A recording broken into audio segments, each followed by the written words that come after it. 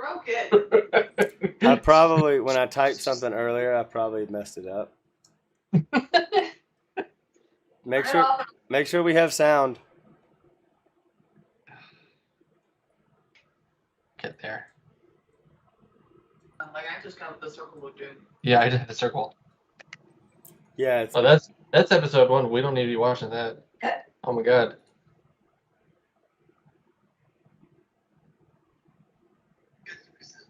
It says we're live, but yet that does not say we're live on YouTube. Broke it. Let me see what it did here. We're live on my phone. Oh yeah, it says we're live. It's just not loading. Oh no, mine says something else. Mine when I go click on the live link, it's only 1 minute and 30 seconds and it's done. Yeah, I think you killed the stream. It was a very short stream. Oh wait, no. Refresh the page.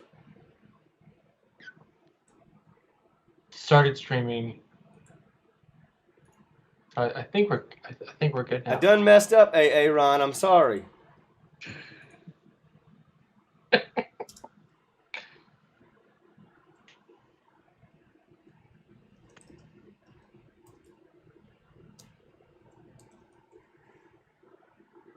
Test.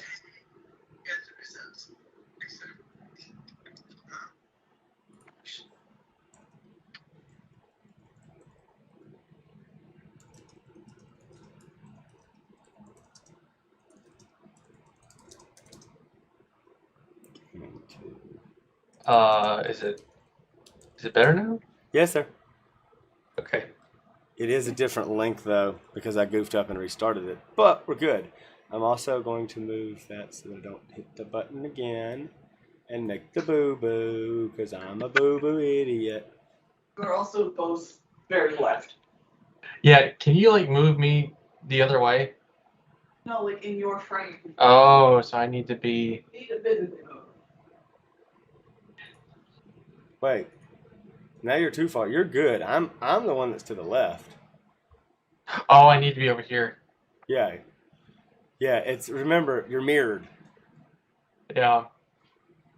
Everybody forgets.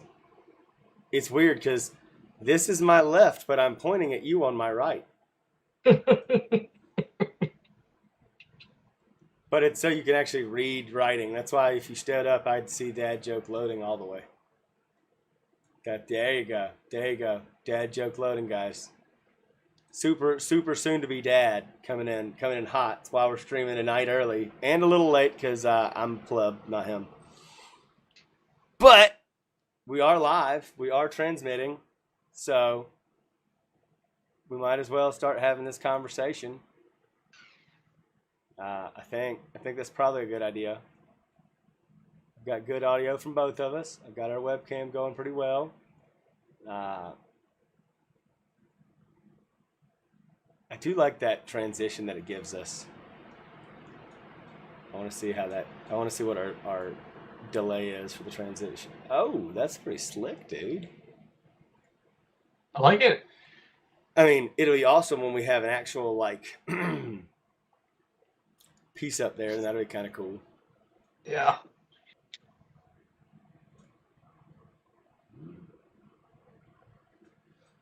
Oh, yeah, you have to actually, that is funny. To be able to interact with chat, you have to do it from the web browser. Yep. Wait, so does that mean that if I go to Studio... You go to Studio, you can do it there. But I gotta go... And when Top Flight streamed on YouTube, I did everything in Studio. It's like studio.live or whatever. Well, that's a pretty good delay. That's pretty quick. Yeah.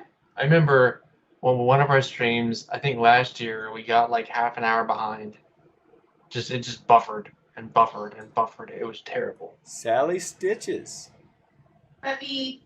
Hey, we got a comment. I wish we had people that commented and gifted us money, but nobody does that for us. I'm just kidding.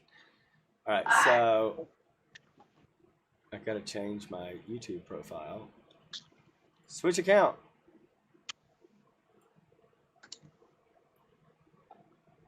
And then go to, this is, I'm just going to have to get used to this. So where do I go to studio?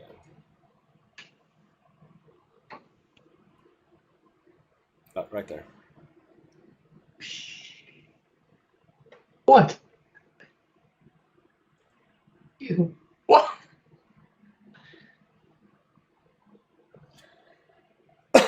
Actually, it doesn't let me go to it there. You actually just have to watch the video. Hey, look, you commented for stopping by. See, but I because I have two keyboards and two computers next to me, can comment as myself. Ha ha ha. I am fun like that. It says that I can do this. Let me see what this does. Oh, wow. Yeah, you can just bring up the whole freaking chat window. That's pretty fun. All right. So let's start the show. We're being lagging and we're doing this so that we can kind of try to get it a little bit better. Hey, look, it says we have one viewer when I know it's lying. We've got two. Definitely have two viewers because I am also definitely viewing myself for the analytics. It's probably saying one per IP address, or like, and It's if you're probably seeing that too. You're probably right. yeah. You're most definitely probably a smart person that's right like that. All right, so back to it.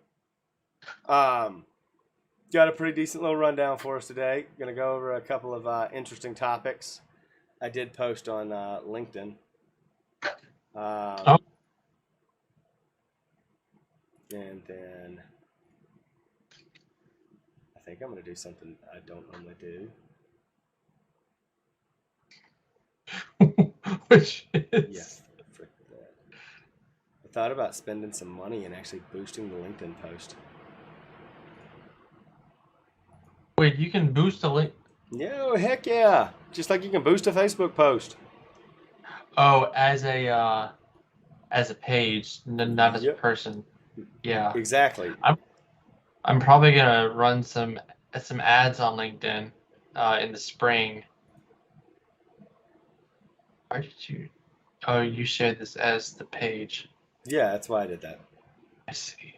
That way I could tag both of us in it.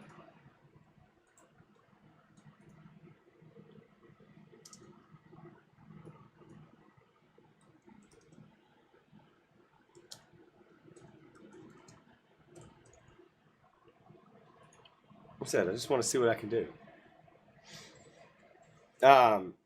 Okay, so if anybody's seen the rundown, you know, it's out on Facebook. If you want to post the rundown to LinkedIn, you can. Yeah. Then I have to make an event on LinkedIn, and I'm just tired of that. Well, I was gonna say if you want to post the link in a comment to the post that I made, you don't want to just post the rundown in that comment or in that that thing that I post. Because what I'm actually gonna do, what I probably will do, is I'll probably boost that post tomorrow or after the show, and run it for 2 or 3 days and see how, you know, if we get any more subscribers. Yeah. Or whatnot. It's probably a smart idea. We do have 113 followers on LinkedIn, which is kind of impressive in my opinion. Like I said, this is going to be more of a discussion show. I'm not really, you know, pushing to make it anything crazy or anything like that. You know, it is what it is. I'm going to start with my lovely favorite thing to do. So I'm gonna pull this up so I can see this because this is closest to what I got. So Tiger Lake has arrived. I have a Tiger Lake laptop. I have a Dell Precision 7760 with a Xeon W911 955M. That is Tiger Lake. That is 10th gen. That is 8 cores, ladies and gentlemen. All right.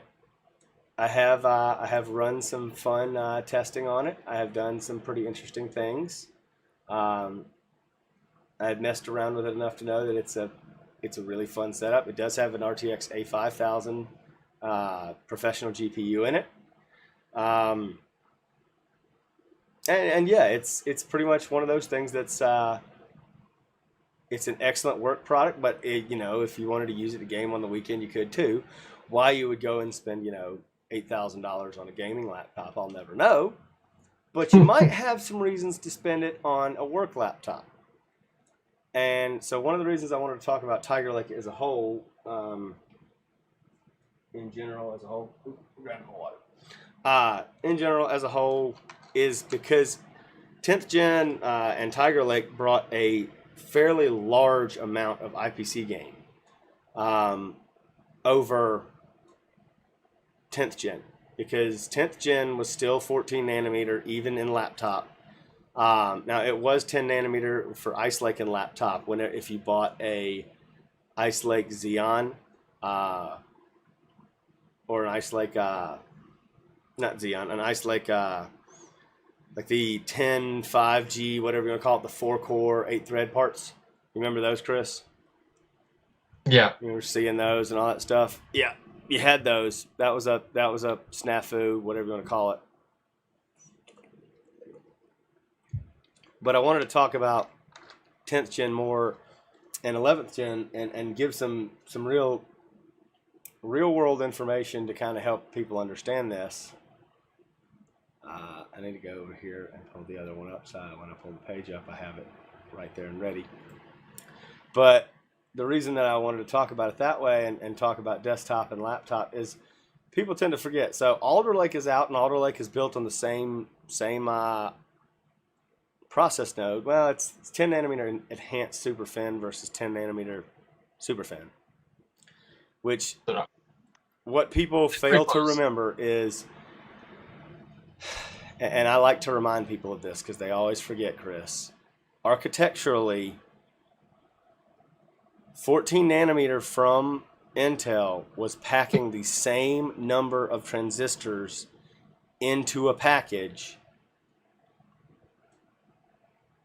as I believe 7 nanometer from TSMC in some cases. Now, not the 7 nanometer enhanced, and definitely not 5 nanometer, but 7 nanometer. And I'll find a little note about that here in just a second, just so we can talk about it. Alright, so okay, that's 7550. I'll probably back up one page and then find a 7750. If I can find one.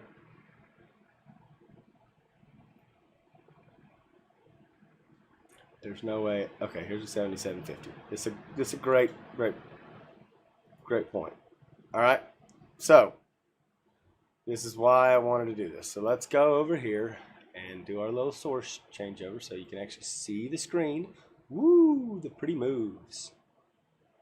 We are broadcasting in 1920 by 1080 in case you're wondering. That's what we're streaming in.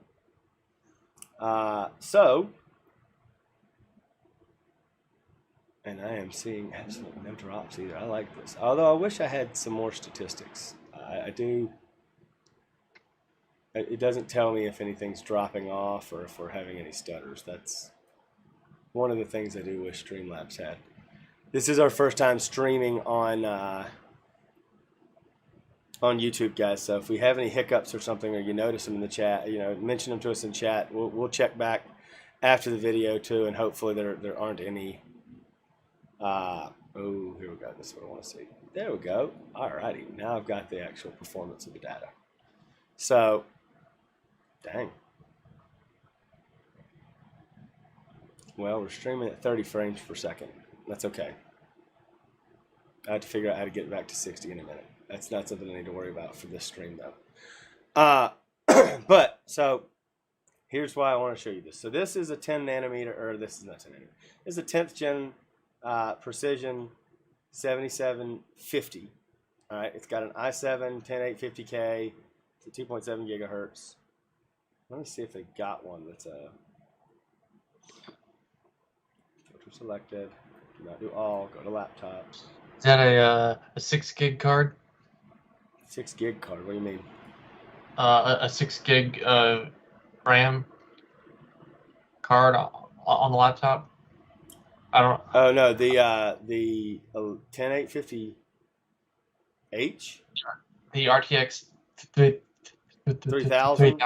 Yeah. I think they were 6 gig cards. We'll look it up. I'll look up the specs again here in just a second. Yeah. So I want to go see where is it's a 7550. This has to be one with this is the 885. It's the i9, and it's got a T2000. So keep in mind, guys, Inventor is like the world's biggest single core hog. It does not give a rip in most instances about a multi-core score. All right, it just doesn't. All right, that's okay, no big deal. So the single core score that this 10885H, which is basically the same thing as the 10885M, the W10885M Xeon counterpart, it's only got 16 gigs of RAM. So for this benchmark, it doesn't take a whole lot. It's not something that's super intensive to the processor, to anything else that you're running. What it cares about is cores and threads. All right. So this is the top of the line bad boy that you could get. It's got the one perk to it is that having a weak GPU like this means that there's less thermal draw when running tests and such. So you do end up with some stuff. It's also why you notice down here the ray tracing is extremely poor. I mean, it's a T2000 like. But here's the fun fact: ray tracing in Inventor is not based on this GPU yet. So here's how I know that ray tracing is poor on this one, and it's got an A5000. It's because ray tracing is all done on the CPU. So ray tracing is one of the few things that loves cores and threads in Inventor. One of the few things. And you can kind of tie these benchmarks if you're comparing them directly over to SolidWorks. Okay. So this is kind of these two softwares are very compatible. Most mechanical CAD packages, Revit, stuff like that, they're all going to be up the same alley. I like to reference. So the person that developed this guy's name is Neil Cross. He's a good friend of mine from across the pond in the UK, and he does a lot of testing now. He used to have a YouTube channel called TFI that's now just Tech 3D, and I will actually do this while I'm thinking about it. I will go get his YouTube channel and put that in the chat so that everybody has that real quick, because that is something that I think is probably worth it to pretty much be able to for anybody to be able to see. And I say that because he's an excellent guy. He's really smart, and like I said, he's been building and designing and helping people get the proper how do I word this, Chris? Get the proper workstation builds that they needed to run CAD for years. Matter of fact, he's got a great video about I gotta see if we can find it real quick. So I'll just find the title and tell it to you guys now, but I'm going to link the channel here. But he's got a great video about it's called This Weird Computer Might Be More Powerful. It's got one of those 1165 G7, whatever you want to call them, processors. The 4-core, like 12 or 20 watt Ice Lake or Tiger Lake mobile processors.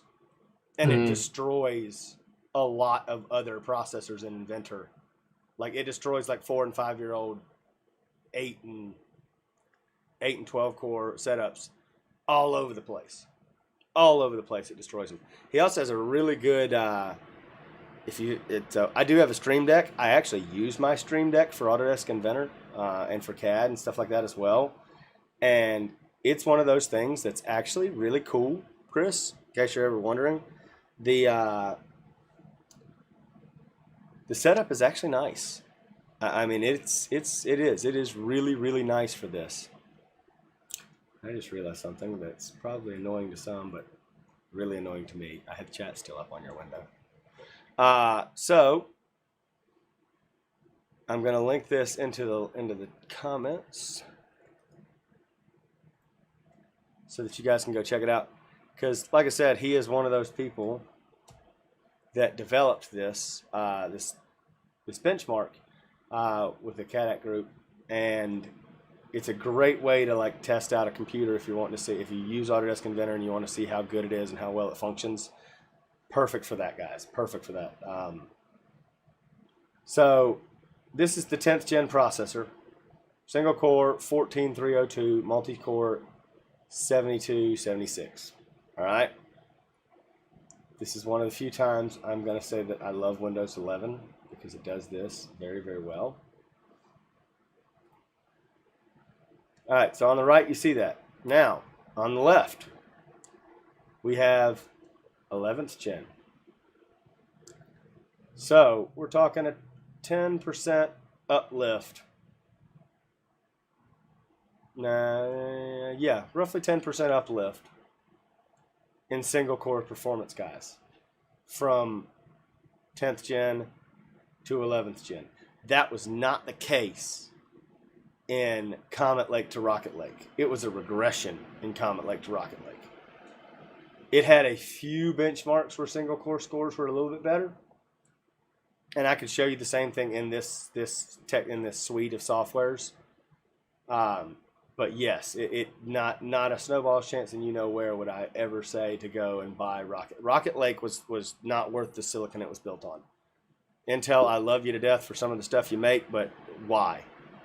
You should have just waited and launched Alder Lake as soon as possible.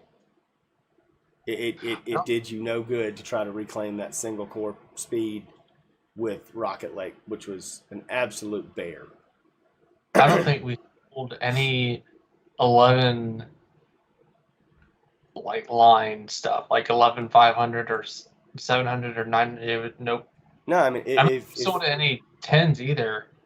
If you follow anybody in the YouTube community or whatnot, and you look at anybody, Tech Deals, Linus, Hardware Unboxed, Gamers Nexus, anybody, they would all tell you the benchmarks don't. The 11th gen was just awful, and the fact that realistically we still don't have a replacement for 10th gen HEDT is kind of sad.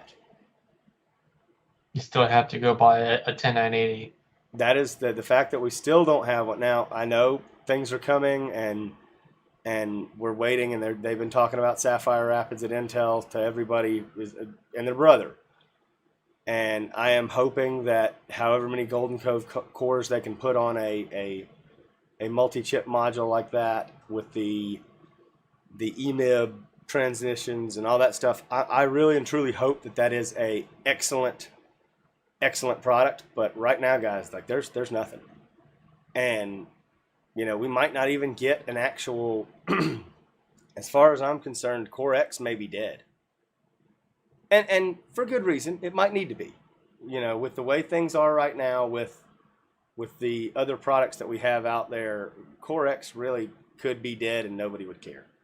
But as a whole, you can see here, it's about 12 to 15% faster on a CPU that couldn't turbo as fast, one, and basically same chassis.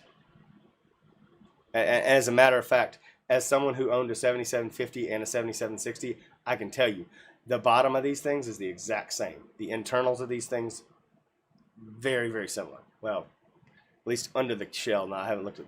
I don't ever take apart the top of it. I'm not that bold, but I'll pull the bottom off to put new drives in and stuff all the time. But 7760 versus 7750, same shell, and you're getting 20% more performance. Not 20. You're getting. Actually, let's do the maths for everyone. 51. Why does it make it so big like that? I don't need this. I love Windows 11, but it does some things that just don't make sense to me. So 51,753 divided by 45, 251, and that is 14% better. Between 14 and 15% better. 15788 divided by 14302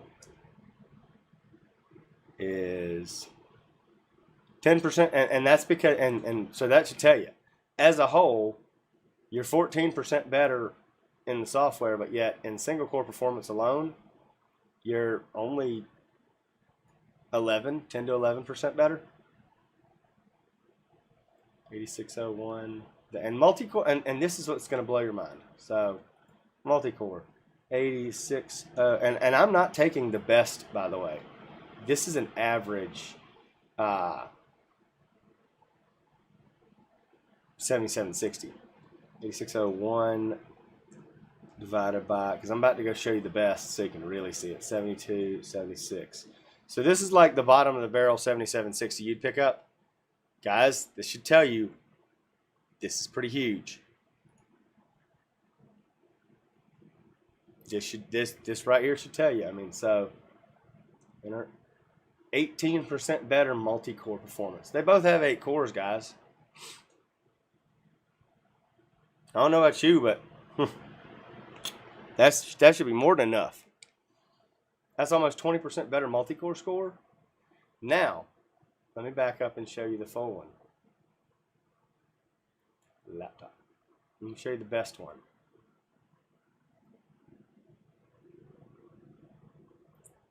Clear. So, side by side them again. Here you go. 16409, 14302. 53 instead of 51. So, math time again. 53, 942 divided by 45, 251. 20%. No, 19, guys. 19%. Chris in CAD, 19% performance improvement on single processor generation. We haven't had that outside of adding cores and laptops, which we definitely didn't get until AMD started doing it. We haven't had that in a like-for-like processor in years. Yeah. I mean, it's been a long time since we've got a 20% performance jump, 19%, whatever you want to call it, performance jump in CAD applications in a single generation's laptop chip. And oh, by the way, guys,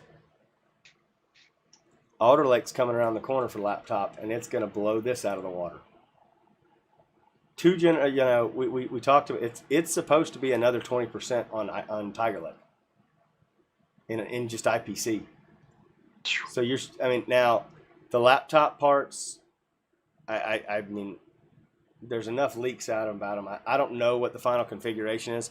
I would highly doubt you're going to see an 8+8 laptop part, just because it doesn't make sense for performance reasons. And you'd have to make one that was like 65 watts, and I don't think they'll make it. They may make a random special 65 watt version. That'd be awesome. I don't think you'll see it. In all likelihood, was probably going to come out to 6+8 design, which is something that is out there and has been leaked for months and months and months. That makes more sense. 6+8. 6 P cores, 8 E cores. Now, you're getting from Tiger Lake, let's go from Comet Lake to Tiger Lake to Alder Lake.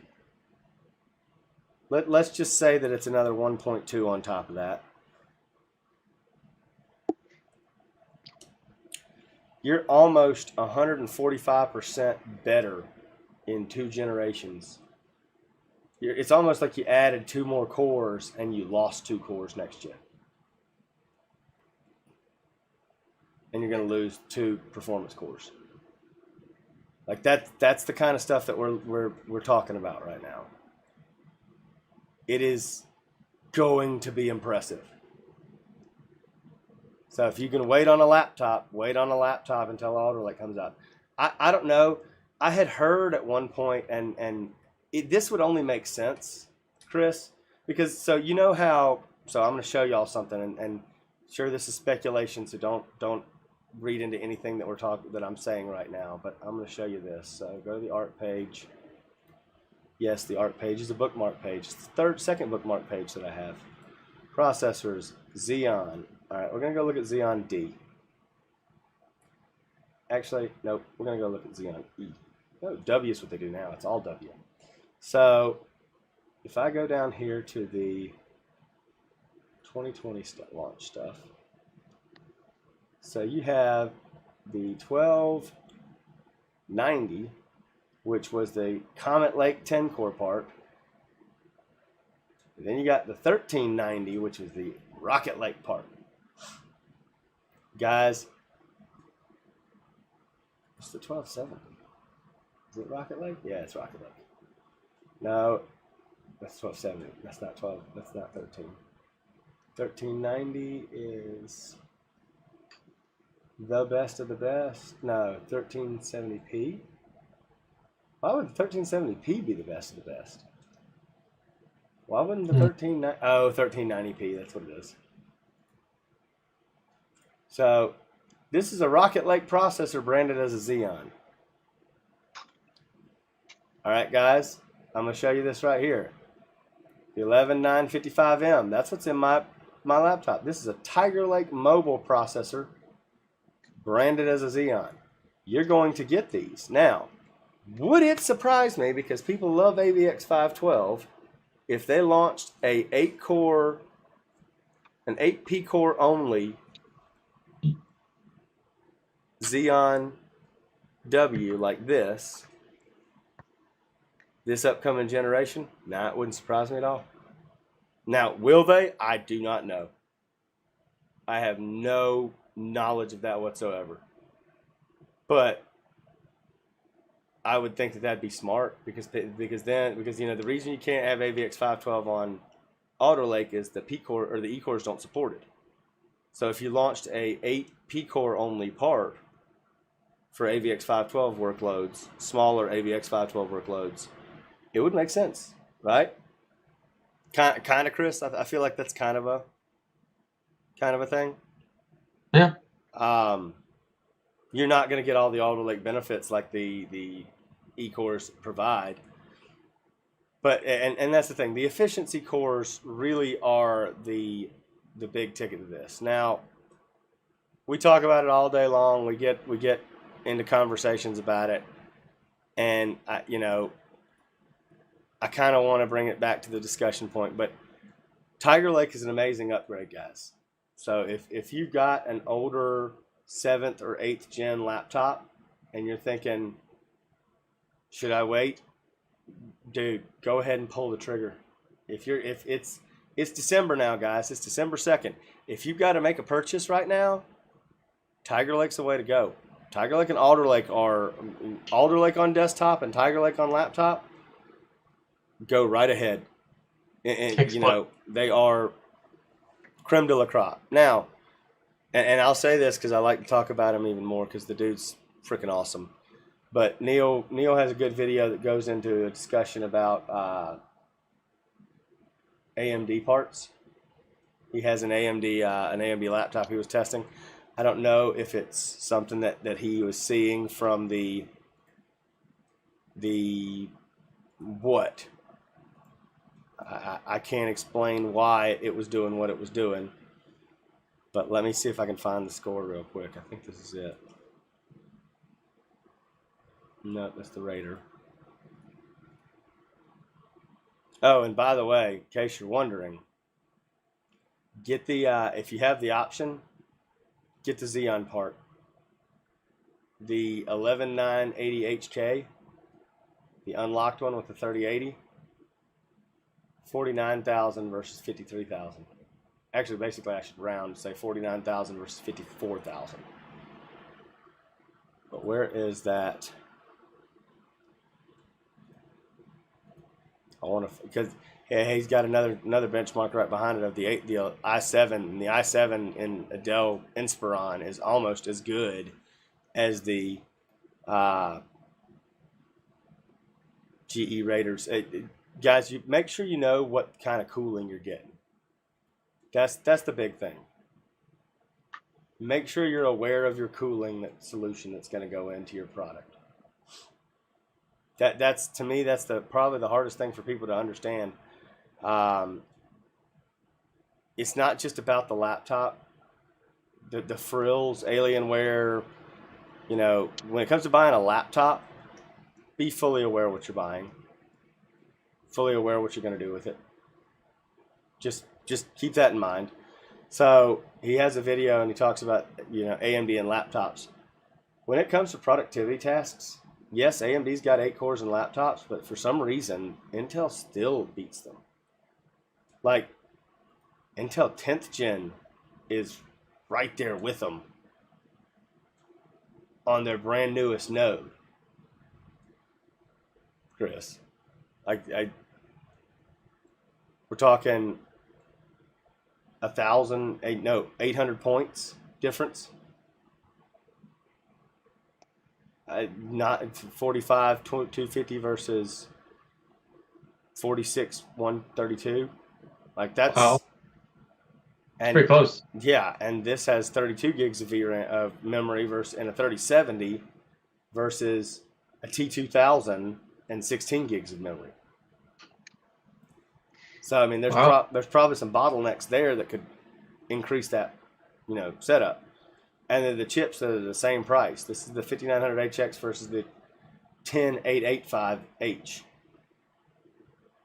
So I mean, that's a difference.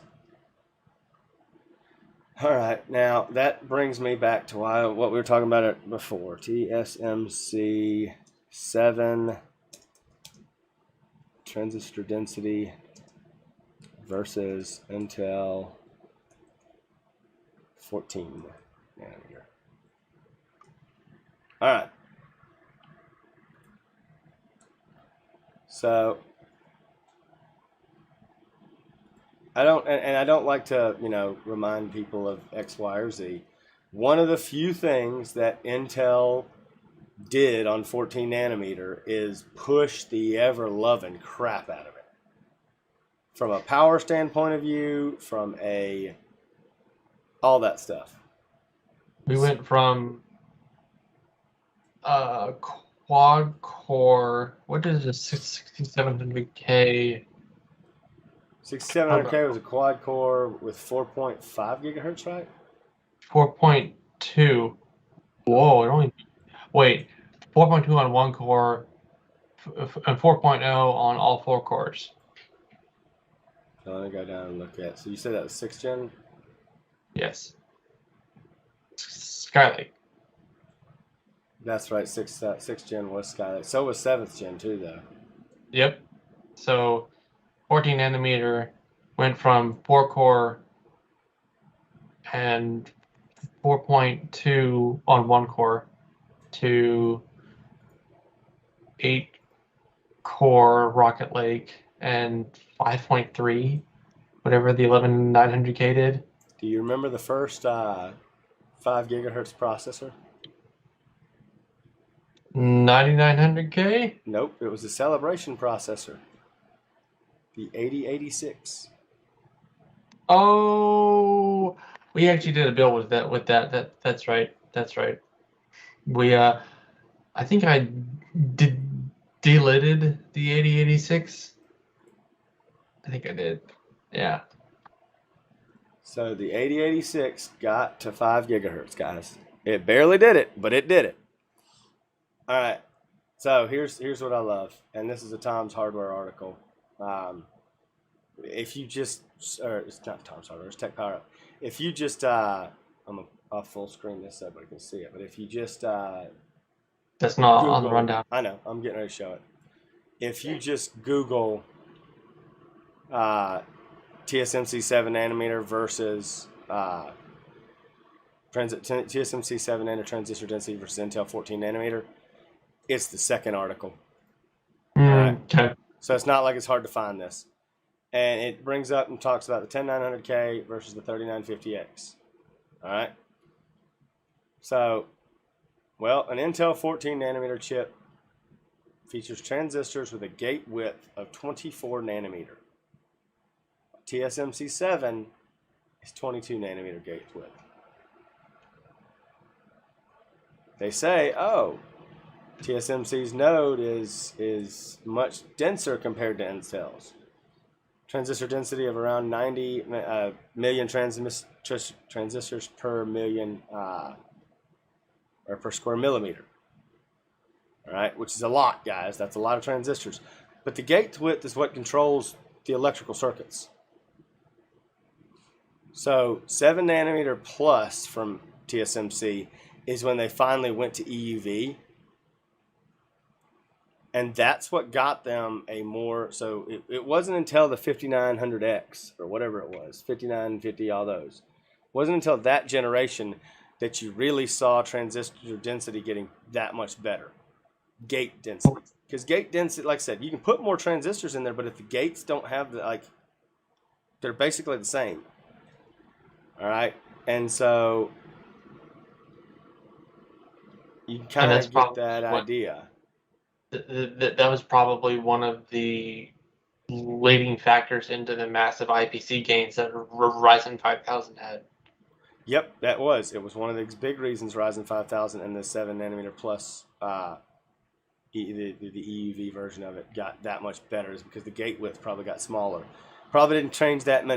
What that probably means to me, Chris, is that the actual transistor density probably did not change. It's still the same, very similar in the same 7 nanometer original, but the gate width got smaller.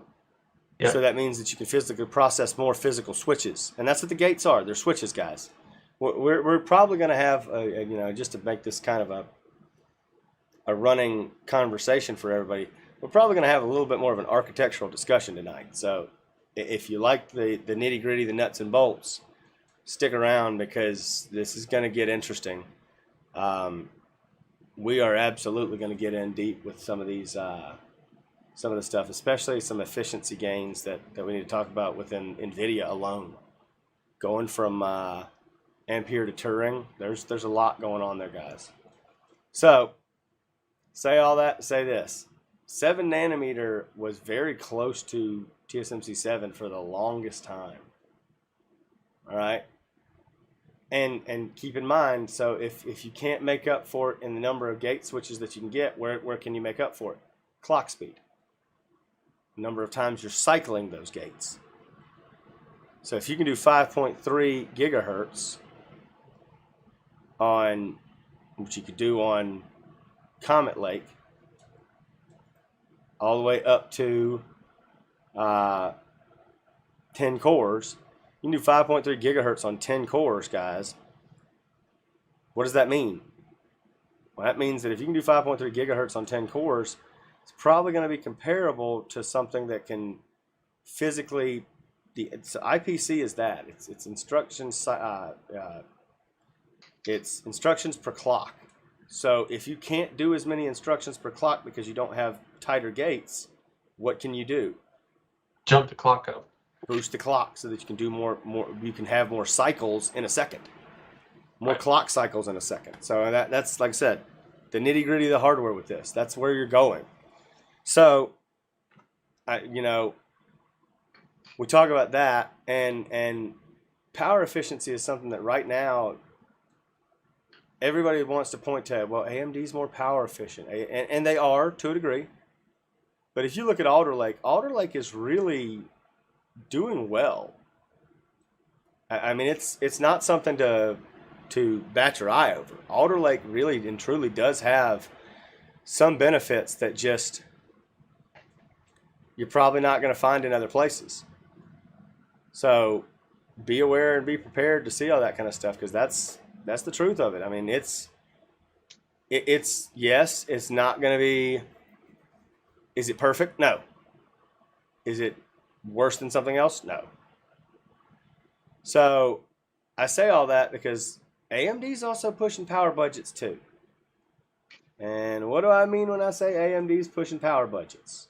Well, ladies and gentlemen, let me give you the AMD Instinct MI 200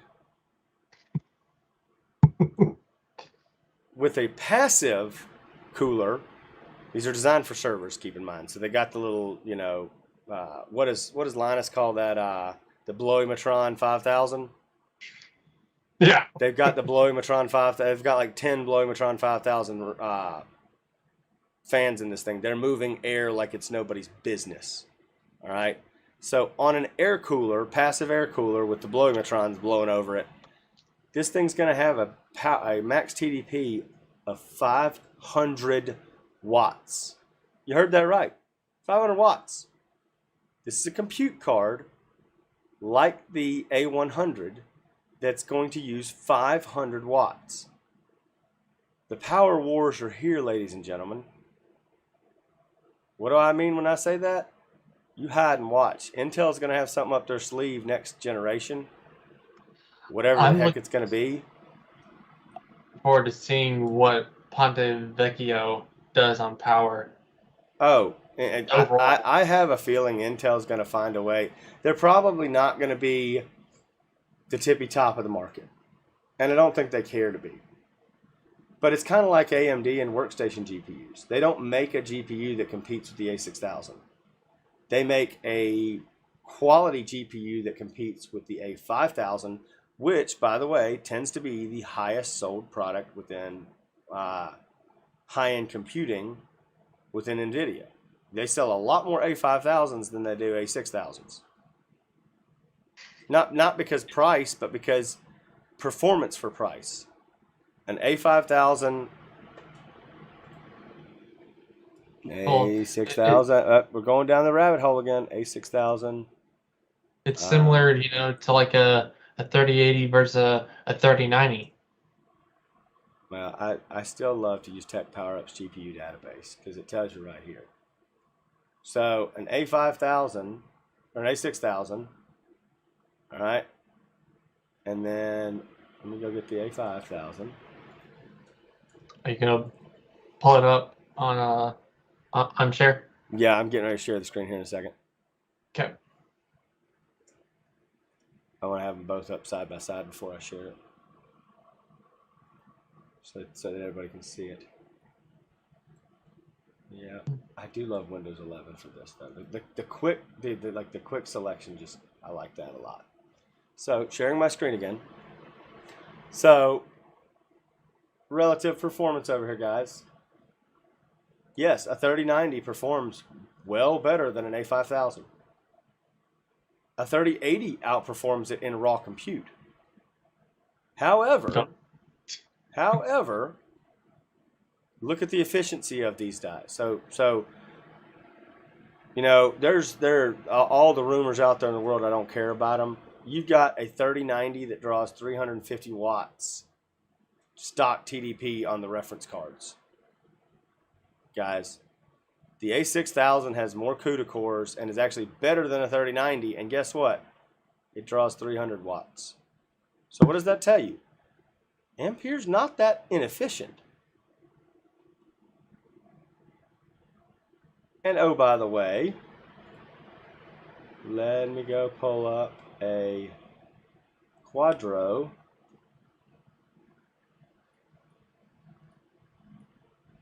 Where's the Quadros for last gen?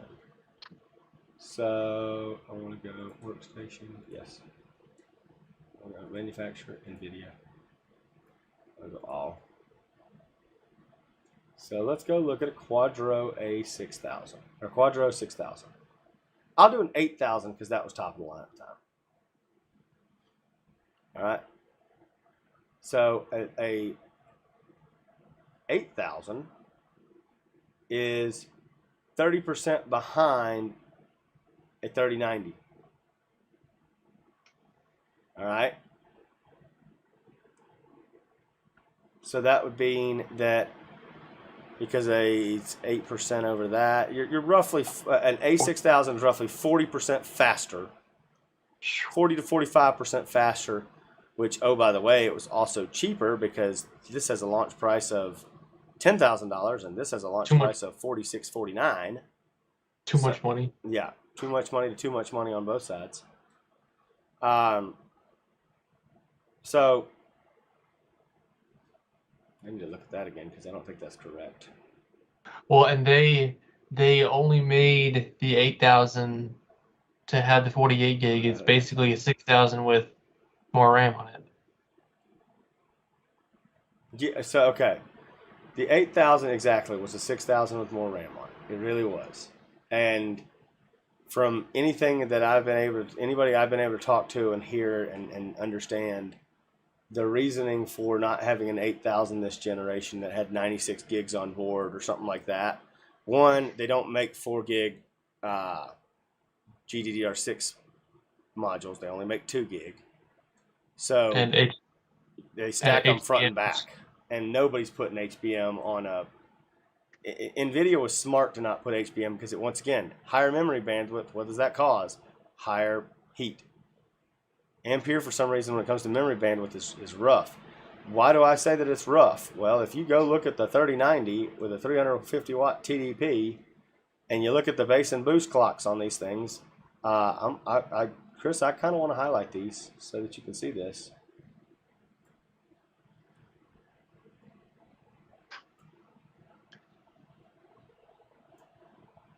$1410 base on the A6000.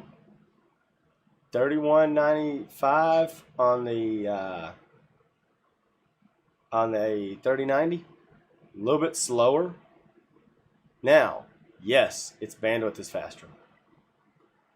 It gets almost a gigabyte, almost a terabyte a second of bandwidth. And I'm gonna say this: who the hell needs a terabyte a second of memory bandwidth to a GPU? I need to know why, guys. Somebody's got to answer that question for me. Somebody somewhere is not explaining something properly. And oh, by the way, yeah, my A6000 right now, that boost clock is wrong.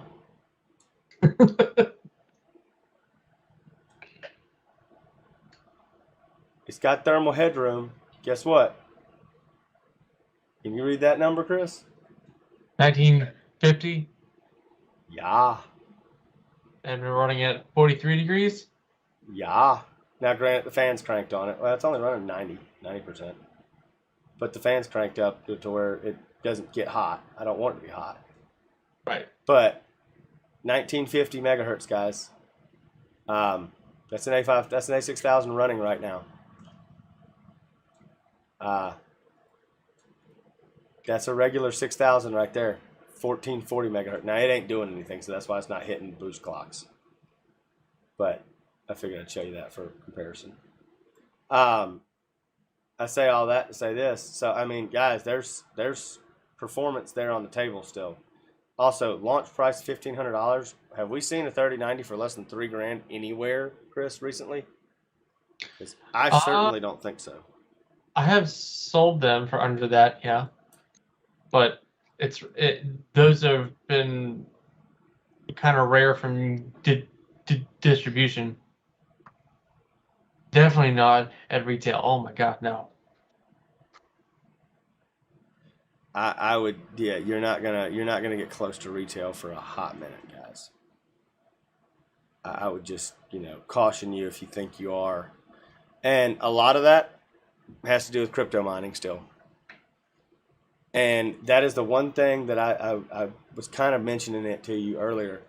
Alchemist coming out and the Arc series from Intel. I'm very intrigued because basically anything that I've read and looked at and kind of tried to understand and get my hands around, it sounds like this thing's going to be like a real workstation beast. Like it's going to be like an A5500, if you want to call it that. It's going to slot in workstation tasks in like the 50, in between the 6000 and the 5000. Closer to a 6000, really, probably. It might not have as much memory. If we're going with the general gaming GPU, it's probably only going to have 16 gigs of VRAM. But they may release a workstation variant, guys, and it may come with more. I mean, look at AMD. AMD did it. They released a workstation variant with 32 gigs. So, I mean, I'm crossing my fingers and hopeful for that. That would be freaking awesome. But I'm not gonna I'm not gonna say it'll happen until it happens. But think about it this way, guys: if you've got a card that's in gaming performance close to a 3070 or 3070 Ti, and close to an A6000 in workstation tasks. That's freaking awesome. And only like a 250 watt or 225 watt TDP. Like, guys, It's viable. Intel's doing it right for once. Like, I keep sitting back here going, is this the same Intel that launched a new product now that has a gives you the turbo power ratings now because they know it's close to 250 watts and they want to make sure that you can just run it at that all times? I mean, I don't blame them. If I bought, no offense, if I bought a 12900K right now, I wouldn't want to run the dang thing at Scott. yeah, heck no. Heck no. That doesn't make a lick of sense, guys. Not a stinking lick. But I still find myself looking at all this stuff and going, let's get real here. And I'll put it to you this way. I can give you a perfect example. One of the ways I like to stress test cards and see how good they are is to put them up against each other and run a mining algorithm on them. I am a casual miner, guys. I am not the kind of person that has been doing this for a long time, but I am the kind of person that likes to get the best bang for the buck. So I have 3 rigs that I can mine on. One of them has an A5000 mobile chip. One of them has a pair of NV-linked RTX 5000s that I've got, and one of them has an A6000 and an RTX 6000. Don't ask me why I have the cards set up the way I have it set up, because that's a story for a whole nother day. But I'll share this image with you guys and show you what I mean when I say this. I'll make it nice and big so you can see it. So obviously the laptop is not going to be very thermally efficient. However, it's cranking out by itself 53.4 mega hashes at a 0.5 mega hash per joule rating at 106 watts. That's pretty efficient for Ampere. Now that's a 104 die, keep in mind. Then you've got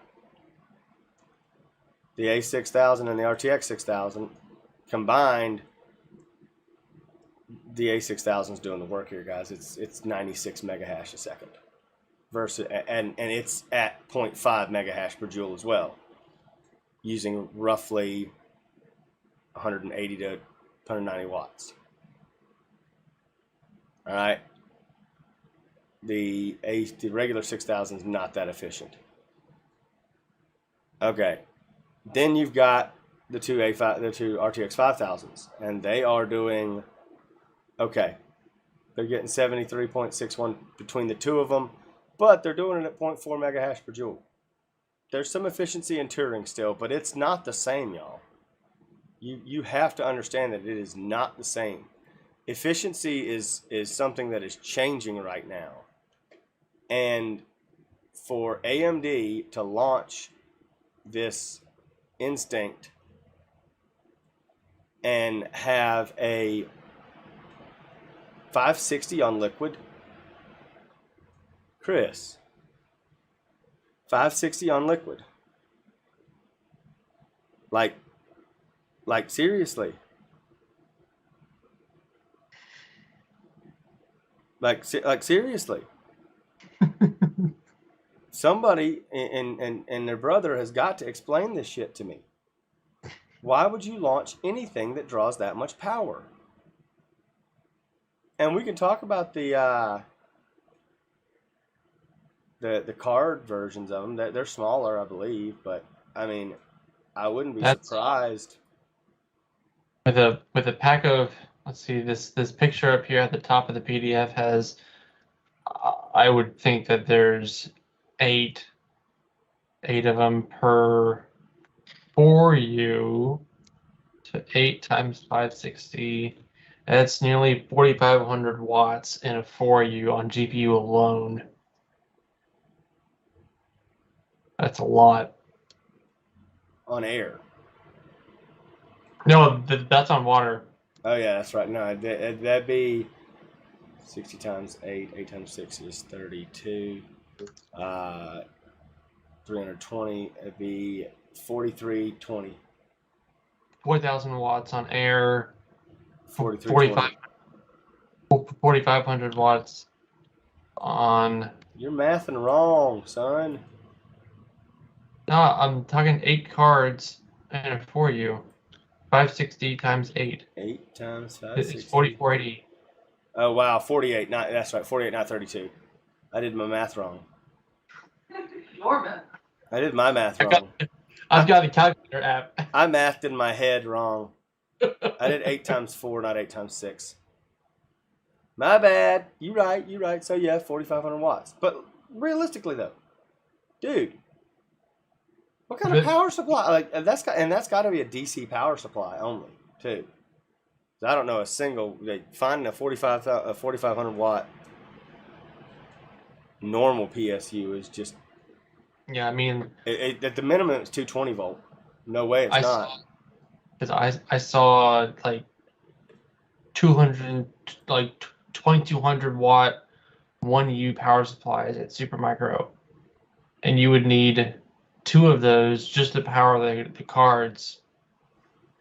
I mean, you're probably talking like six of those things for the whole 4U. For 4U. Yep. God. That's not ecologically sound. So, all right, let's go back to the conversation back with Alder Lake though. Let's shift back for just a second. I want to get back to this because this is where I'm getting at it. So, AMD steps ahead in GPU, and they're fighting NVIDIA. All right. Well, Intel's been way ahead in CPU for a long time. We've known this. But as I bring up this, conversation from Ars Technica, so Intel with 16 cores and 24 threads pulls off a multi-score benchmark in both Cinebench and Geekbench that absolutely beast mode the 5950X. Doesn't quite win in pass mark. That's okay. But let's look back at this. We're talking a back to that whole conversation of what Intel's been doing recently. 240 watts and 241 watts, 242 watts. How do you want to look at it? At that all-core turbo target that they want. And it's beast moding a raw 8P core type design. Or 12P core, 16P core type design. With 8P cores and 8E cores. That's impressive. It's almost double its old 11900K, which brings me to my next point. So if you ever want to go watch another YouTuber that's got some great content that really puts it out, check out Hardware Unboxed. And here's why I'm going to say that and bring these guys up, because Hardware Unboxed is going to make you laugh. I've got to go back to this Rainbow Six Siege chart, and I've got to normally I wouldn't just play somebody's YouTube video, but I really want you to hear what he says. 510 FPS, so just 3% faster than AMD's Zen 3 architecture. Then with 2 P cores and 2 E cores enabled, performance dropped by 15%, which is a fairly significant reduction. And then with just 4 E cores enabled, performance drops by a further 12%, which really isn't that much and not nearly the decline I was expecting. Quite shockingly though in this title, 4 E cores were able to match the performance of the Core i9 1100K. Let me play that again for the people in the back. Shockingly though in this title, 4 E cores were able to match the performance of the Core i9 1100K, the decline I was expecting. Quite shockingly though in this title, 4 E cores were able to match the performance of the Core i9 1100K, though the 11 Rocket Lake, last gen Rocket Lake in a gaming benchmark at ultra quality settings in 1080p is beat by 4 12900K E-cores. I'm sorry, but come again for Big Fudge? like what the F, man? Like, everybody that was like, well, the E-cores aren't worth anything. Bull fucking shit. Y'all, that is some serious, and I mean some serious performance differential right there. 4 E-cores on the newest chip are beating, not matching, beating last gen 4 cores. Oh, by the way, that's 4 cores, 4 threads versus 4 cores, 8 threads. Let me remind you of that. Oh yeah, good point. And I'll say it again for the people in the back. Come again for Big Fudge?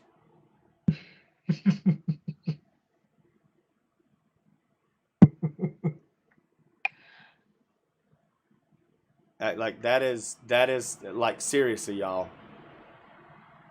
I don't think you fully understand 4 core, 4 thread versus 4 core, 8 thread, and it beat it. Now, yes, Rainbow Six Siege is a little bit old.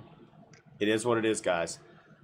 That speaks for itself, though. When somebody came, yeah, if you want proof, there's your proof. E-cores are no joke. Skylake quality IPC, and I remind you, one of the things that he mentions in this early on is what he was testing this for, and why he was doing this, and why you see some differences down here with the 12700K and the 12600K is because he's testing it for last level cache. So, you know, an R7 5800X has more cache than a 11900K. It also has, you know, a higher level of cache similar to that of a 12900K. So more cache on the CPU means that there's more performance. But you still get that full cache value. That's why the 12900K could do it. And the 12700K comes very close. But once again, the 12700K is within a few percentage points. And the way he set these tests up, they were clock for clock matched. So who says you can't boost 4 E-cores a little bit faster on the 12700K and win? Right? That's just facts. Like, y'all, come on. That blows my mind. Hardware Unboxed has got it made with this stuff, guys. Like, you've got to like, they are pulling some stuff out. Now, I want to show you some other stuff so you can see this too. So, like in Battlefield, for instance, there's performance drop-offs for the E-cores. They're not. This is Battlefield 5. This is not 2042. They're not gonna compete in everything, but it's still impressive that there's a benchmark out there. 4 E-cores beating 11900K. I mean, we're not talking a 7700K, guys. We're talking an 11900K. That's just crazy. I'm gonna jump to the end so you can see the averages, though. Obviously, like I said, across the board, it's not gonna beat everything, but 4 cores and 6 threads does. Across the board on the 12900K. Once again, that's probably due to last level cache. And 4 cores and 6 threads beats the 5800X on the 12900K. Guys, this is what I'm talking about. Power usage is a thing. We need to monitor it, obviously. However, it's getting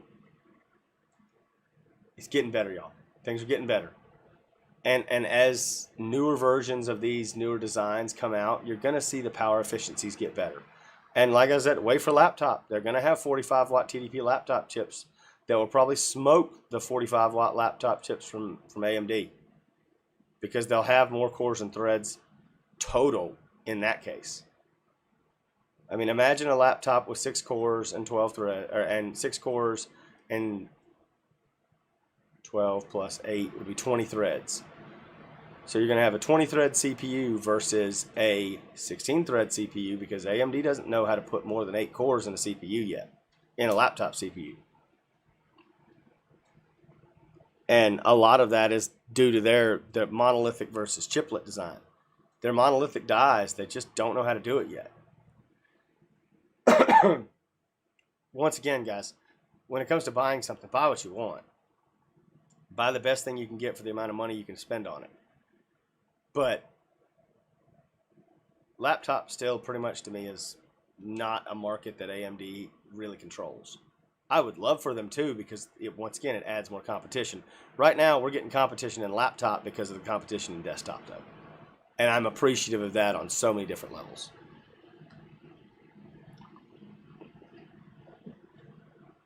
So I don't want to make this stream last forever and a day. But I do want to go to the final topic we have, which is Ampere versus Turing. And this is a mild hardware deep dive. So I do want to kind of talk about some things. All right. I showed you that mining bench there. I don't own a single game. Oh, that's not true. I own 2 gaming GPUs. I sold my 580 Ti way back in the day. 6 gig. But I still have my old 295 GTX 295, and I still have my first revision Pascal Titan. All right, not the Titan XP, the Titan X Pascal, if you want to call it that. The one that they had to release the Titan XP for because the 1080 Ti was beating it. Right. But it had 1 more gig of VRAM. Right. Lovely.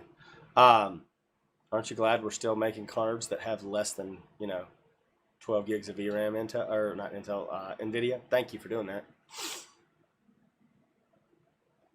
So, moving on, the efficiency portion of Ampere. Ampere is a much more efficient processor as a whole. All right? What is not efficient on Ampere, and it's clear to me now through just physically looking at the information, what's very clear to me is Ampere, the memory controller, and using GDDR6X versus GDDR6. It's a hog. The 6 is killing me, man. The 6 is physically killing me. The 6X is killing me. So, if I need to bring those specs back up and show them to you again, I will. But for those of you wondering, we're talking about memory bandwidth changes of 768 gigabytes a second to 936.2.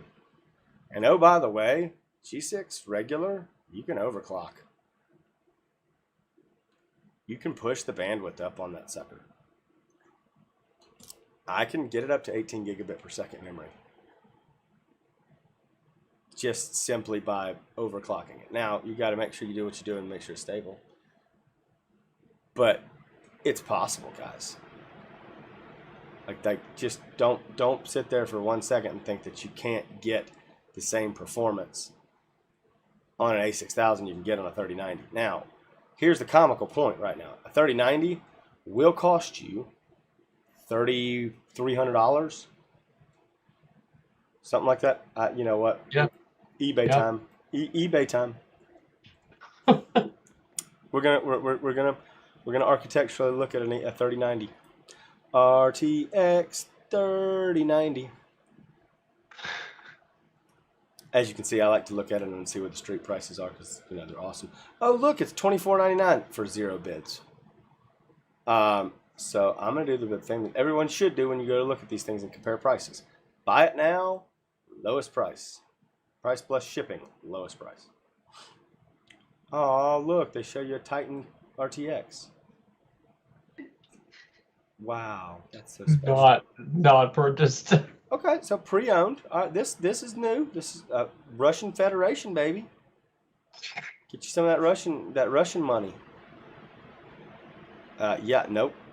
The next one you have is a pre-owned, and a pre-owned, and a pre-owned, and they're all about $2,900. Just under That- $3,000. That's double launch price. That is pre-owned, guys. That means it's been used to do stuff for a while. You don't know what quality you're getting with that. Oh my god. And Chris, as someone who can source them, can you source them for less than $2,000? Less than $2,000? No. Can you source them for less than $2,500? About that, yeah. Close to that. Okay, so you the seller are buying from a distributor who's buying directly from NVIDIA, and you're paying $2,500, which means you got to make a markup on that to sell it to somebody. Yeah. Because you've got shipping, you've got the handling of getting everything, and you got the fact that you're a business. Right. No business is going to do shit for free. You shouldn't. So we say all that to say this. Oh, here we go. First brand new one right here. Still $3,000, 60 washers. 14 washers and $60 in shipping. $3,000, guys. $3,000 basically. And we're talking about I mean, guys, it's an XC3. It's not a bad GPU, but the problem is, gets back to everything. That G6X is not freaking efficient. It's just not. But back to our lovely little white paper. So, why is Ampere better, different, whatever you want to call it? And I'll call it what it is. It's twice as efficient, at least at mining. It's twice as efficient for I'm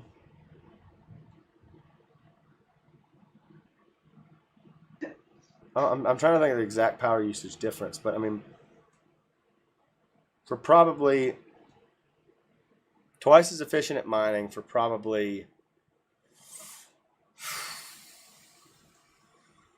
20% less power, an A6 to a regular 6. Twice as efficient for 20% less power. That sounds good. Oh yeah, and that's why That's why NVIDIA GPUs are being sucked up in droves right now.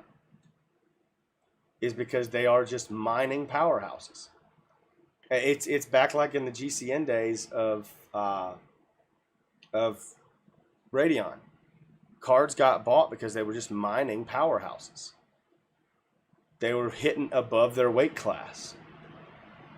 And that's a good thing, but at the same time, the problem is that's one of the reasons that these things are so expensive is because guess what? You go out and pay,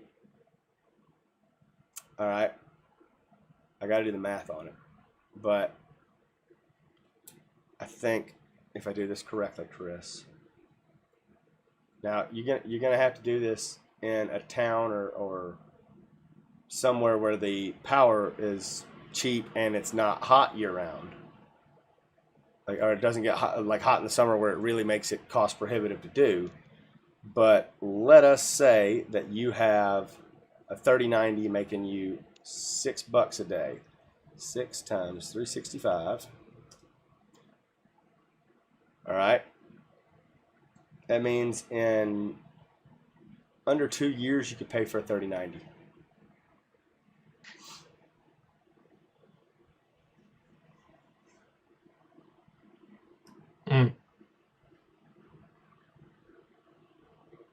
Ouch.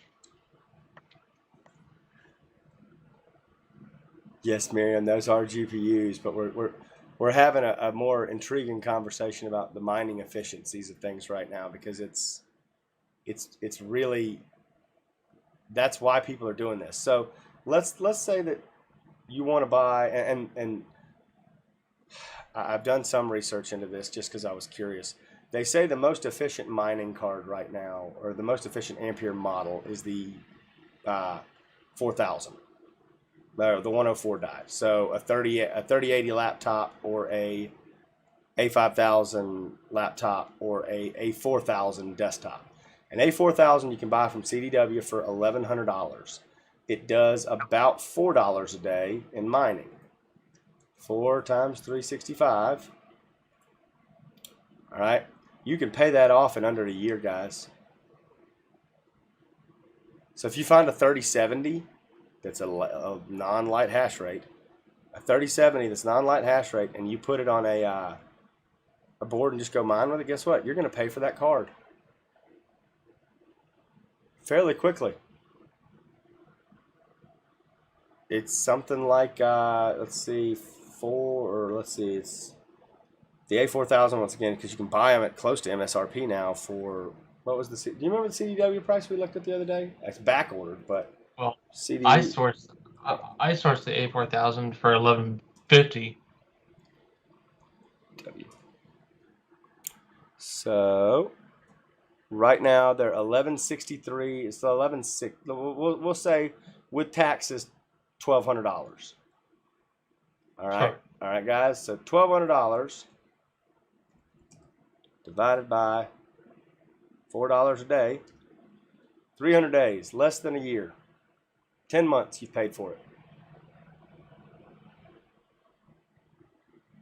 You can go out and do that. Now, I'm not saying go out and do that, guys, because mining is not something for anybody or everyone at all in any shape of the means. But what I'm showing is you can do it. So the architecture is more efficient. Ampere is. But if you've got cards laying around, go ahead and mine. Have some fun with it. Use a mining application. Who cares? I mean, make some money off these things passively while you're sitting there, especially now that we're in the wintertime up here up in the northern hemisphere. Hey, heat your home with them. It's not. You think I'm joking? It's not a bad idea. They'll put out enough wattage to heat your home. Keep you nice and comfy. Chris is going to be gone because, like his shirt says, here pretty soon. Because, like his shirt says, he is dad jokes loading. He's got his wonderful child that will be blessing us on the earth here in the near future. So we might not have a dual-screened podcast for a hot minute. Maybe we'll do something around Christmas time. That should be, or New Year's, something around there. Yeah. Just to get on and talk to everybody and see what everybody. That's what we ought to do, Chris. We ought to do a Monday or Tuesday after Christmas podcast. Maybe in the middle of the day, because I don't know if you're working that week. I'm not. But maybe we should do a podcast in the middle of the day and have us a little conversation about it, because that'd be an excellent time to get on and see if the lovely viewers out there want to tell us all the cool things they got for Christmas. All the neat new toys. Maybe my procurement team will have gotten with you and will have paid for our new computer too. God. I never actually hope before then. Oh, don't we all? I'm just saying maybe we'll be talking about doing this in person together and not by ourselves. So that's a good thing. Yeah. You may see me pop up and have some news stories, because there are some things that should be coming out here pretty soon. Some new products and items. It's the end of the year. We're getting ready for CES. That is something we ought to look at doing. Is maybe splitting up and the two of us kind of covering CES. But guys, we love you. We miss you. We'll see you soon.